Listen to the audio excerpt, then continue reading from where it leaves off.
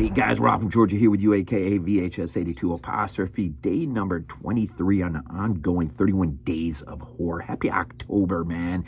And hopefully I've given you a few titles that you can throw on the October pile for your Halloween watch list. As promised, a double feature, and this is one I think goes perfect with The Long Hair of Death. Robert Eggers' film from 2015. The Witch, of course, right? And Robert Eggers ought to be on people's minds right now because his Nosferatu trailer just dropped. I think this is a Christmas release this year. Theatrically, it looks absolutely stunningly beautiful.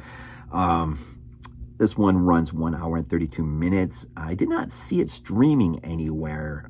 You can take a look for yourself. I did see you could rent it on Prime for $3.39.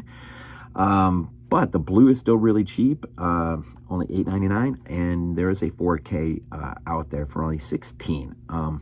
And this film, I'm sure, would be absolutely stunning on 4K to see it. It's stunning to watch anyways. So what you get here with The Witch, if you've never seen it, it is a moody piece, boy, for sure.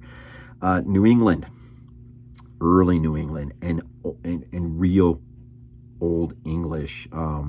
In fact, I highly suggest if you watch it or haven't seen it in a long time and you don't recall using subtitles, you probably should use the subtitles on this film. It really does enhance your viewing experience more than detract. William and Catherine lead a devout Christian life with their 5 children, homesteading on the edge of an impassable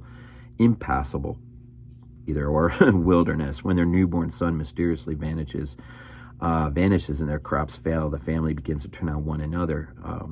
The Witch is a chilling portrait of a family unraveling within their own fears and anxieties, leaving them prey to an inescapable evil.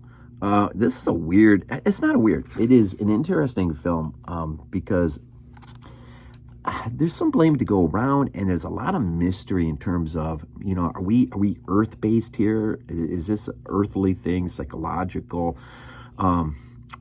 Or is there a real witch inside the woods? Now, basically what you have here is, and you find some of this through dialogue throughout the film, but this family did travel from England and came to the colonies. But where we pick up early on is they're on a plantation, township of sorts, right?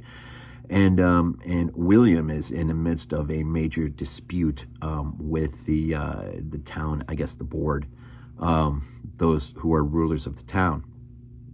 I don't think we're ever privy to exactly what was the catalyst for this dispute, but it's enough that his pride alone, he'll take his family and he will leave the plantation for the outer rim of the wilderness, in which is not a good idea.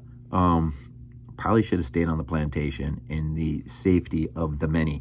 Instead, he takes his family out there, and just everything goes wrong, man. The minute they settle out there. Now, I personally believe there is a real witch out there who takes notice of this family, and they easily fall prey to her.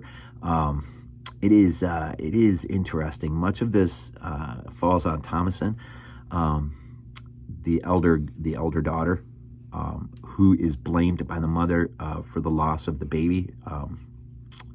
Samuel, I want to say the name. Yeah, the baby was Samuel. And I think you've seen the commercials, right? Peekaboo, peekaboo, and then finally looks down and the baby's gone. It's the father blames a wolf. Even though she doesn't see the baby taken from her, one can just imagine a witch just gliding out, grabbing the baby. But we do get flashes of someone running through the woods with the baby, and we get more than that. So it is a really, really moody piece with a very dark ending. I saw this in the theaters, and just the cinematography alone, it is a beautiful film to look at. But it may be a bit too dark for some, a little too moody. But with the Old English, the subtitles work beautifully, if that's something that doesn't bother you. But anyways, as your double feature to go along with The Long Hair of Death, as always, we end these things off with Go Bills. This is not a dream. Not a dream. We mark for use